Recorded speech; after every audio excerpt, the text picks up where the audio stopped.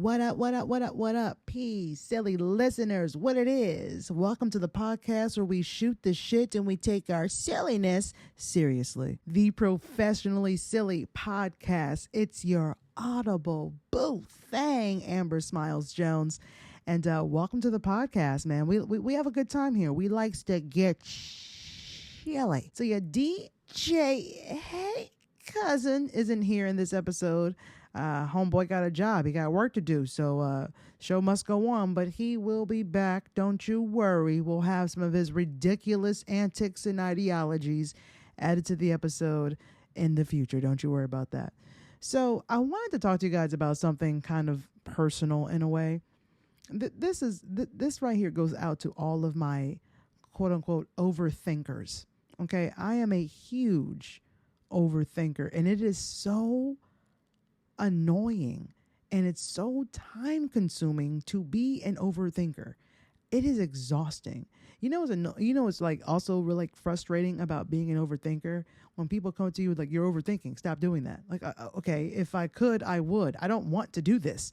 If I could turn that shit on and off, I would stop. The thing is like, for me, it's kind of, I don't want to say extreme, but it's a lot. I overthink about simple things, and it sends me down a spiral. Like, I'm always trying to figure out what I should be concerned about. If this problem happens, how will I fix it? That kind of shit. You know what I mean?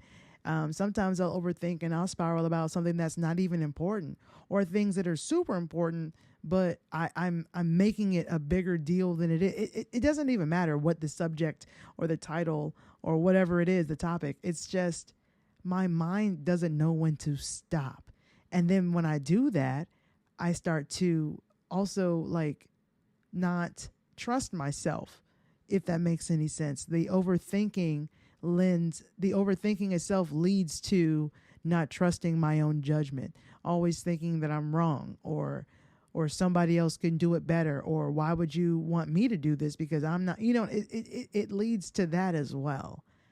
And it's like, even this conversation, I'm probably overthinking it. Like, but like, I'm trying my best to get better at it. It's just taking, I don't know what to do. How do you stop overthinking? You know what? Damn it. I don't know what to do. We're going to ask Gemini. How about that? How about those apples? Hold on a second. Gemini, do you have any advice or tips on how I can stop overthinking and second guessing myself? Overthinking can be tough, but you're not alone. One thing that helps me is focusing on the present. When you catch yourself worrying about the past or future, try to bring your attention back to what's happening right now. It might also help to challenge those negative thoughts. Ask yourself if there's any real evidence for them, or if there's another way to look at the situation. Have you tried anything like that before? No. Or maybe I have. I don't know, because I was probably overthinking. Well, that's totally understandable. Overthinking can be a real challenge. You could try starting small. Maybe pick one little thing you tend to overthink and try to catch yourself when you start to go down that road. When you do, gently remind yourself to focus on the present moment. Even just taking a few deep breaths can help. All right. Thanks, Gemini. I appreciate it. Anytime. Remember, it's a process, so be patient with yourself. You've got this. Oh, that's encouraging. I don't know if that was helpful or not. It felt kind of generic. Just breathe. What the fuck? Like, if I breathe, like, am I taking like a couple of breaths? Are we doing like short, long? Like, am I counting in the breaths? Am I see, damn it. Damn it.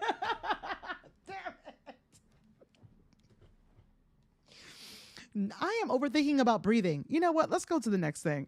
In other news, your girl just had a birthday recently. We're just going to leave that alone. So my dad and Wes are the best, because for my birthday, they joined forces, I like to say, and they got me a MetaQuest 3. I am so pumped about this. I've wanted a MetaQuest 3 for quite some time, and I'm being very specific. I wanted a MetaQuest 3, 512 gigabytes. I was watching videos about it. I was always talking about it. And then my MetaQuest 2 wasn't working well. So it started like slowing down and it wasn't, it was just, it was starting to annoy me. And there's also like how my MetaQuest, like doing virtual reality, for those who don't know what that is, it is a virtual reality headset that allows you to play video games and explore worlds and all kinds of amazing things that you probably can't even imagine, honestly. Anyways, I also used it to work out, not just to escape, but also to work out. There are so many fun things that you can do that kind of get you moving in VR that you're working out, but it doesn't feel like that because you're having fun. You know what I mean? And the older I get, the harder it is for me to find the time to just make time to work out. You know what I mean? Because like I'm tired. I don't feel like going to the gym. I'm exhausted all the time. I'm feeling anxious. I'm overthinking about everything. It's a lot going on up here mentally. And I have lots of content that I'm trying to provide. I'm also have my job and I'm training at it's a lot going on. And so the idea of like, let me just go to the gym. Like I know working out and a healthy lifestyle is a lifestyle change. There's a reason why they say it's a fucking journey, because it is. And right now for me, the journey for me to a healthier lifestyle is my MetaQuest 3, because I do the Thrill of the Fight, which is a boxing game. And I play that until I sweat, baby. I get my cardio in, heartbeat going up. What is up? Blood is flowing, honey. Okay. And then there's the other games that I play that maybe don't get your cardio up as much, but the fact that you were up and moving around and you were not sitting on your ass, that is a good thing for people my age. I am elderly. Leave me alone. So on my birthday, everybody's like, oh, you got to go out. You got to celebrate yourself. You got to do, and they're right. I tend to not celebrate myself on my birthday. I tend to not treat myself. You know, I don't do that. I don't know why. I mean, one of the reasons is money. You know, everything costs money these days. So happiness is money. I don't got that. No, I'm playing. Don't listen to me. Don't pay attention to that. Anyways, I don't. But the plan was to probably go to MSR, which is a lesbian bar here in Atlanta, called My Sister's Room, MSR. And I was gonna take myself there. Unfortunately, DJ, hey cousin, had to work. If you listened to last week's podcast episode, you understand that joke of a producer tag. You understand what's going on there. But he had to work, so he didn't get off until like I think like 11:30 on my birthday night. You know, so I was gonna treat myself and go out. But then I got the MetaQuest 3. Yeah, I stayed home and I played VR for hours. It was amazing. I bought the game I've always wanted to play. I had a great time, and and it was a good time for me. I literally was joyous. You know what I'm saying? Like it was the first time that I had smiled genuinely in a minute. That is one of the best birthday gifts that I have ever received. Hands down. I want to say top 5, top 3, but right now, because this is so new, I can't think of anything better. This is amazing. I mean, I guess the birth of me is pretty cool, but you know, I didn't ask for that. Oh man. So anyways, I had a great birthday. I ran to my virtual world and escaped and just had a blast. By the way, if you have a MetaQuest and you want to follow me, hit me up. I think it's Amber Smiles Jones. We'll have to game together sometime. All right. So make sure you guys subscribe and you rate and review all those things that podcasters are constantly asking you to do. There's a reason for it. We need it. We cannot grow without you. So please do me a favor and do that. Oh, and if you're on Spotify, you can leave comments directly under each episode that you listen to, which is kind of dope. You know what I mean?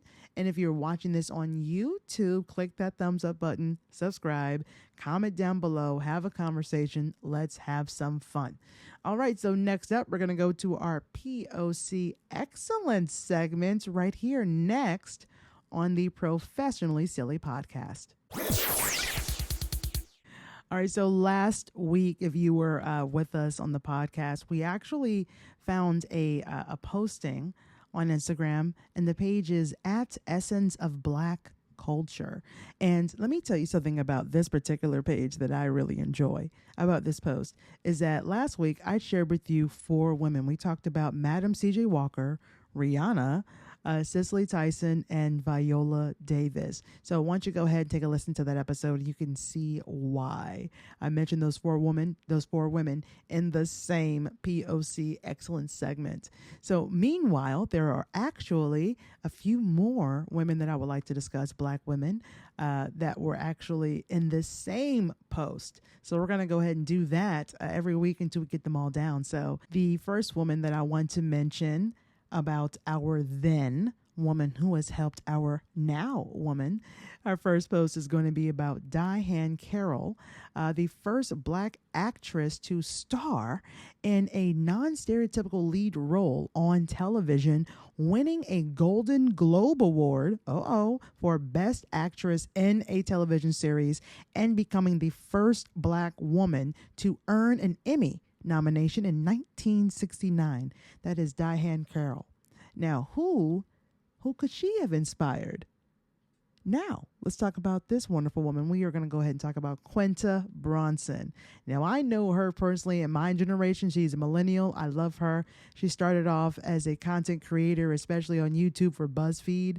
Literally, I tried my best to follow in her footsteps, but she has surpassed the shit out of me. Go ahead, girl. I am so proud of her. I'm glad that she was able to make it and catch those dreams. So many people have these dreams they want to catch. We're still there. We're still chasing it. And she is an inspiration to just go ahead and keep running. So, yeah.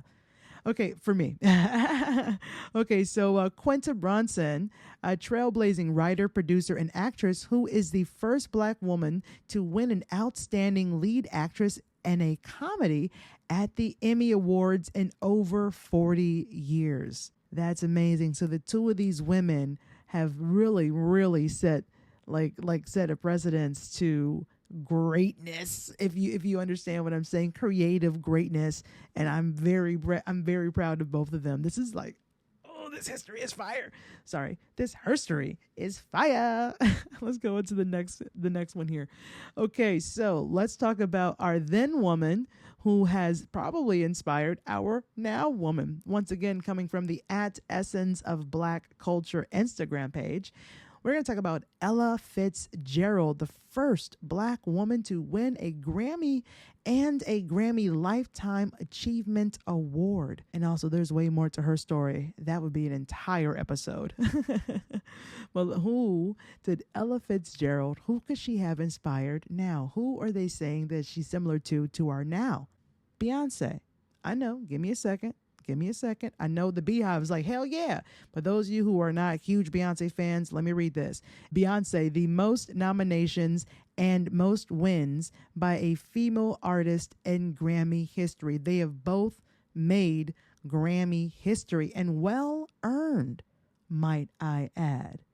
Okay, I'm for it. I am for it. So there are 1, 2, 3, 4, 5, 6, 7, 8 more posts. But you'll never guess these names unless you've already found this post yourself. Don't do that. Don't ruin it. I am loving this POC excellence segment this week. It is amazing. Or like this month, I guess. I tell you what, if there's one thing that inspires me, it is a Black woman catching her dreams. Ain't nothing more beautiful. I tell you what. That was my auntie sound. Y'all like that? I'm working on it. All right, let's see what ChatGPT has to say about my flaws. Will this be helpful? Or is ChatGPT just going to roast me? We'll find out next, right here on the Professionally Silly podcast. Fam, it's about to get real. I don't even know I'm ready to do this. At my job, I work for a morning radio show here in Atlanta for a radio station. And one of the segments they did was, I think it was Bert from the Bert Show. He brought up a ChatGPT prompt that kind of made him like really think about who he was as a person. That kind of opened his eyes. And then he shared that prompt with everybody else, and everybody else joined in, and they tried the same thing. And so it kind of made me think, whoa, I wonder what ChatGPT would say about me if I put this prompt in. So the prompt itself is, with everything you know about me, tell me the uncomfortable truth. I need to know and be brutally honest. Now, I've already typed in this prompt. I have not hit enter yet because I got to tell you, from not just what they were talking about from the Burt Show, but all the things that I've seen on TikTok and Instagram, like on socials, ChatGPT is pretty brutal. I'm not sure if I'm ready to face things because the way I overthink. So if you want to do this, try this on ChatGPT, but don't do it unless you're ready, apparently. So let's go ahead and let's see what ChatGPT has to say. I'm about to hit enter. Okay, it is typing out right now. I feel like I might need to have somebody read it to me. I'm afraid it's still going. Oh, it's still writing. Okay, it's still writing. Okay, it's done. All right. We got about three paragraphs. It says, can it read it to me? I would rather it read to me. All right, Amber. Since you asked for brutal honesty, and you know I got you. Oh. This bitch can talk.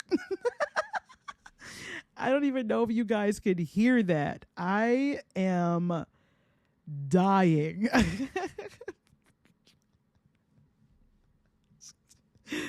I don't know if I can deal with this. It can talk to me. That's crazy. Oh my God. Actually, hold on a second. I have to make sure that I can even hear what this is. Because I want to make sure that you guys can really hear that audio. My God. I'm going to turn my microphone towards my computer so you can hear it better. But let's see what ChatGPT has to literally say to me. My God. Oh. All right. Here we go. All right, Amber. Since you asked for brutal honesty, and you know I got you, always with love but never with fluff. Here's the uncomfortable truth. You're holding yourself back by constantly waiting to feel ready, validated, or supported, instead of owning that you're already enough to do the things you dream of. You overthink so much that your creativity gets bottlenecked by your anxiety. You've got talent, wit, originality, and real heart. But you keep shrinking yourself because deep down, you're afraid that if you go all in and fail, it'll confirm your worst fears about being invisible or replaceable. But here's the harder truth. The world already is missing out because you're dimming your light. You say you want more, but your actions don't always match your potential. You're the main character with side character habits. You make space for everyone else's mess, but rarely demand the same room for your own growth. People love you more than you think, but they can only meet you as deeply as you meet yourself. So stop waiting for the perfect moment. Be loud, be messy, be undeniable. You've already survived worse than being misunderstood or rejected. Now, it's time to bet on yourself like your life depends on it, because it does.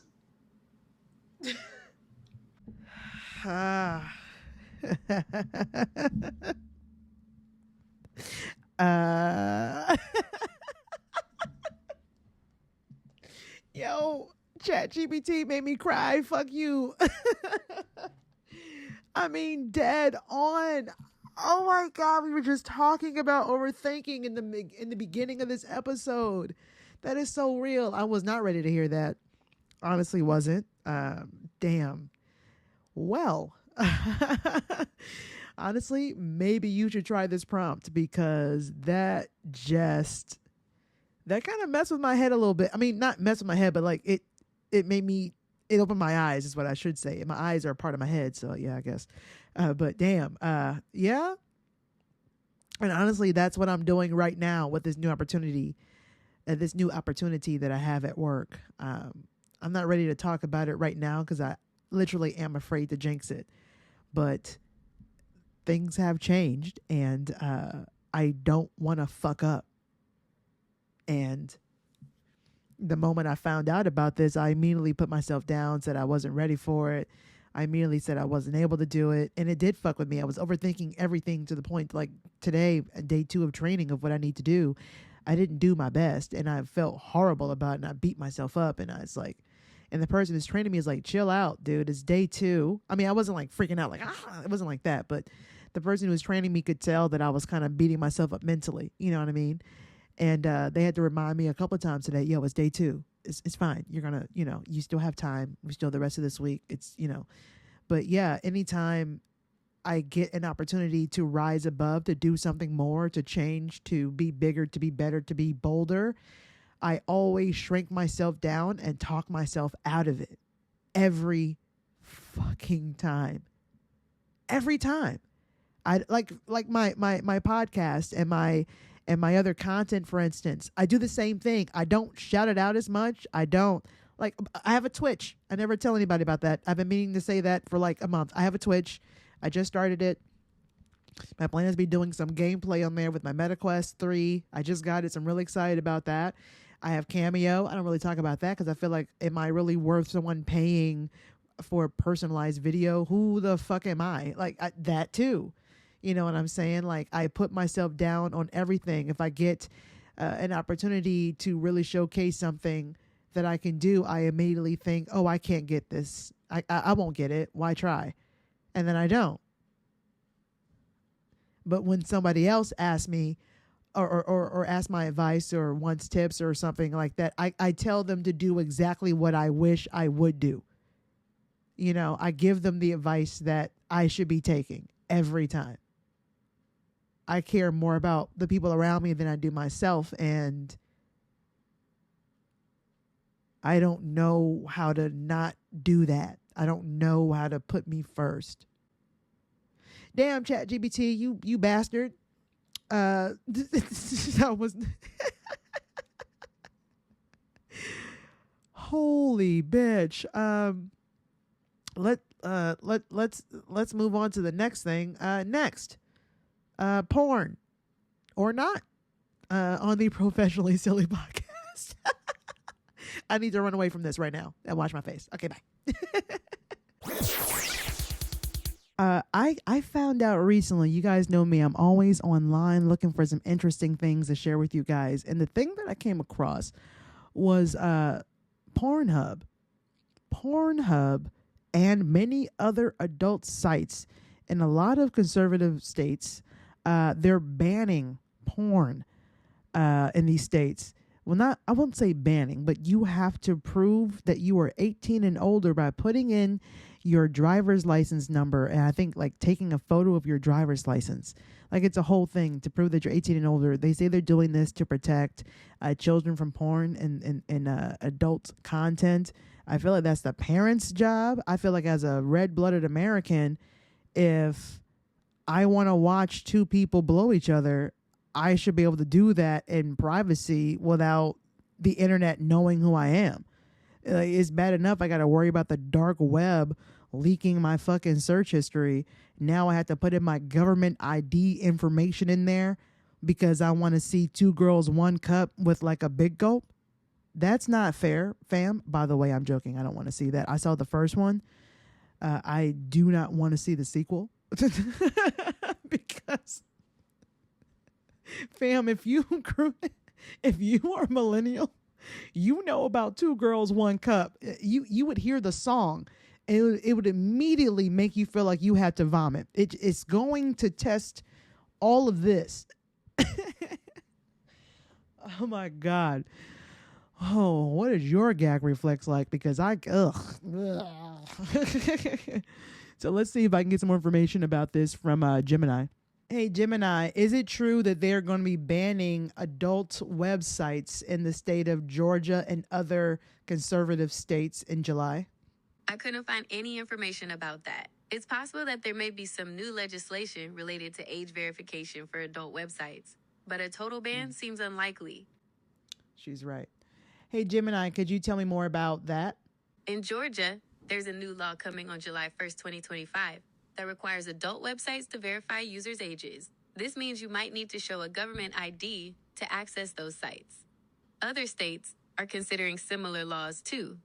So you guys hear that? I got the gist. All right.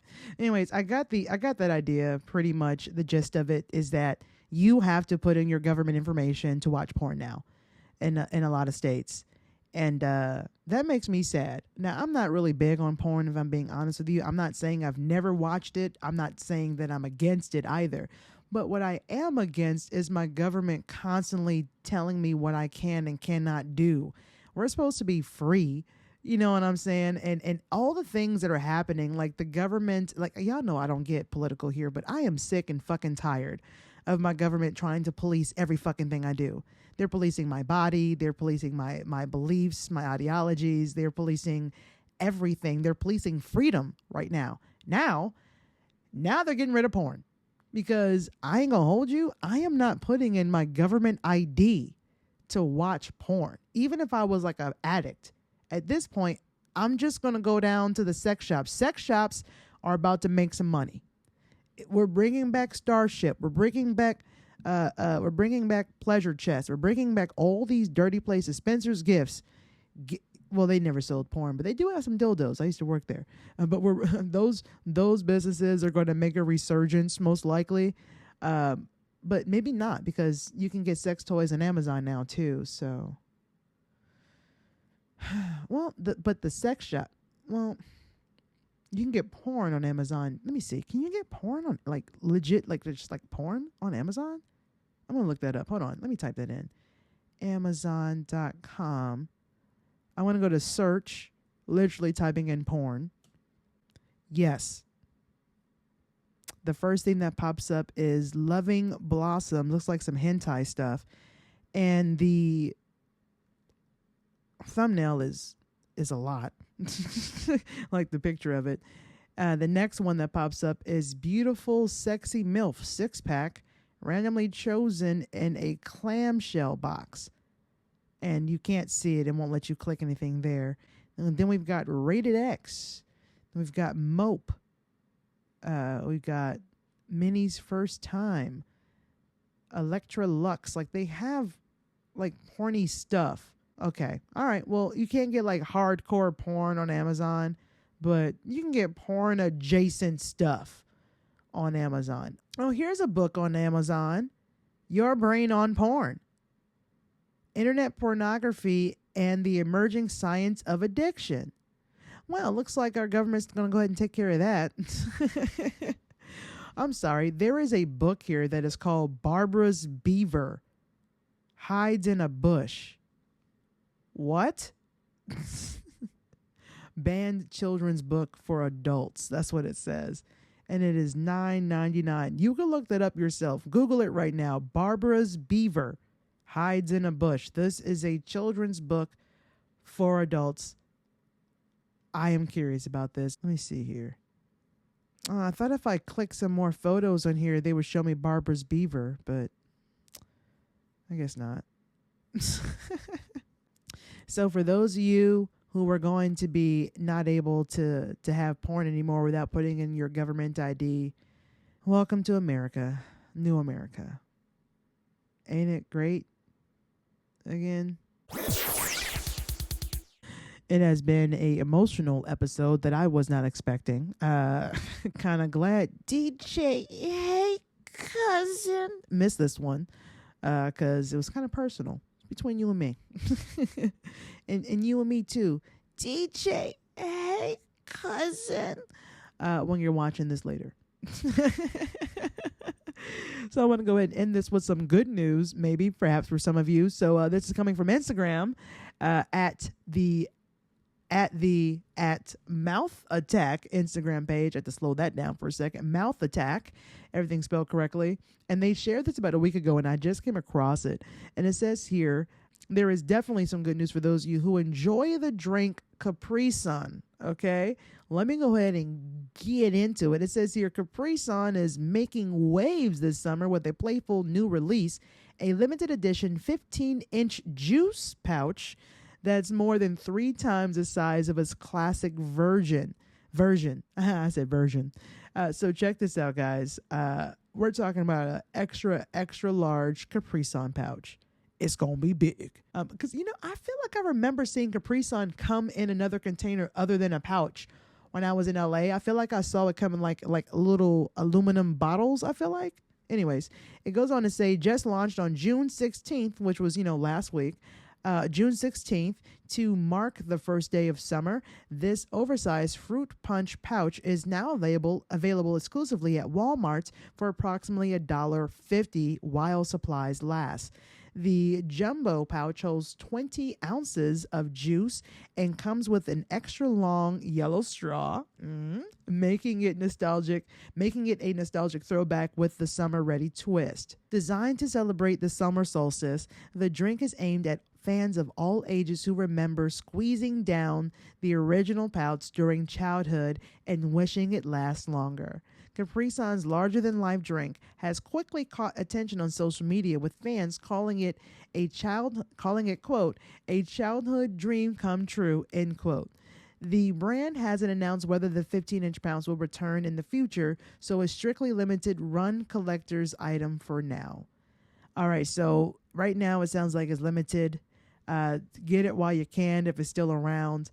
If you are one of those cool people who like to take your Capri Sun, cut it a little bit, you know what I'm saying? Take it out, pour it in something else, like make a martini shaker glass and put some rum in there or some vodka or your drink of choice.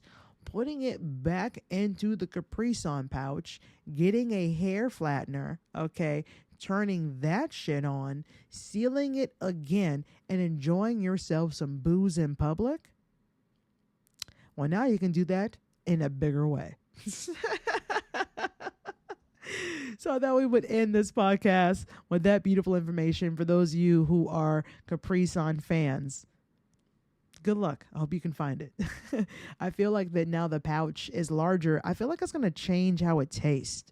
Because every time they change the size or like the shape of the product like that the packaging comes in, it tastes different. So I hope it's still the same.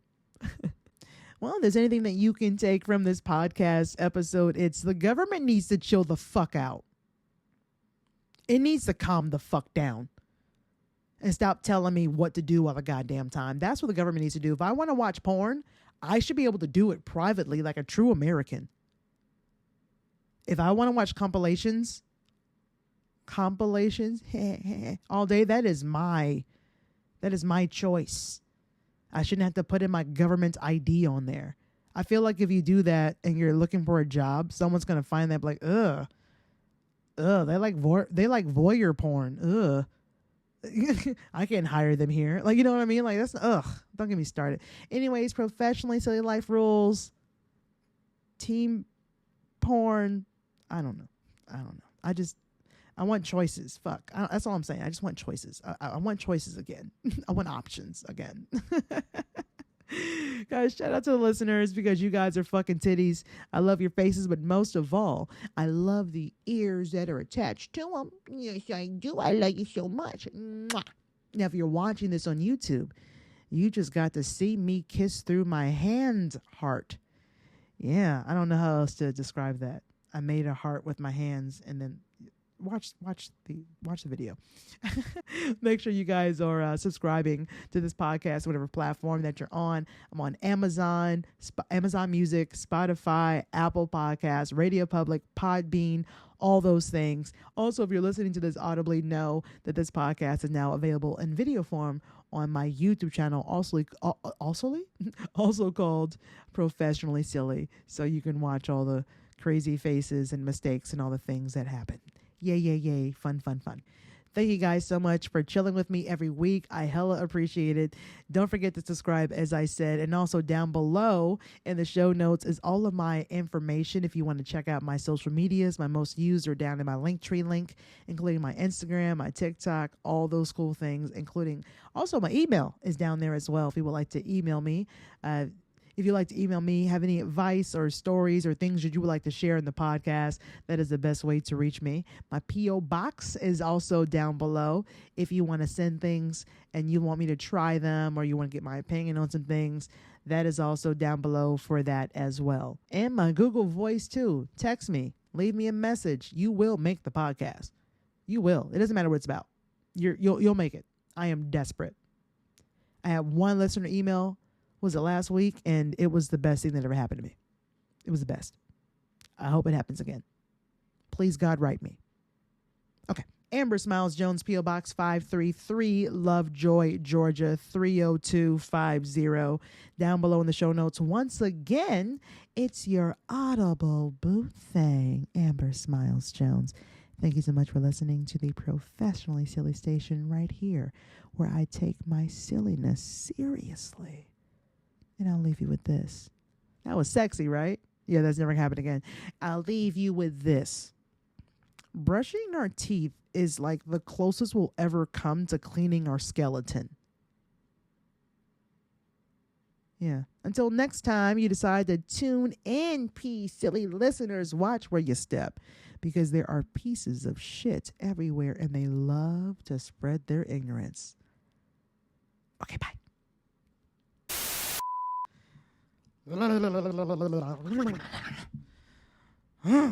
Okay.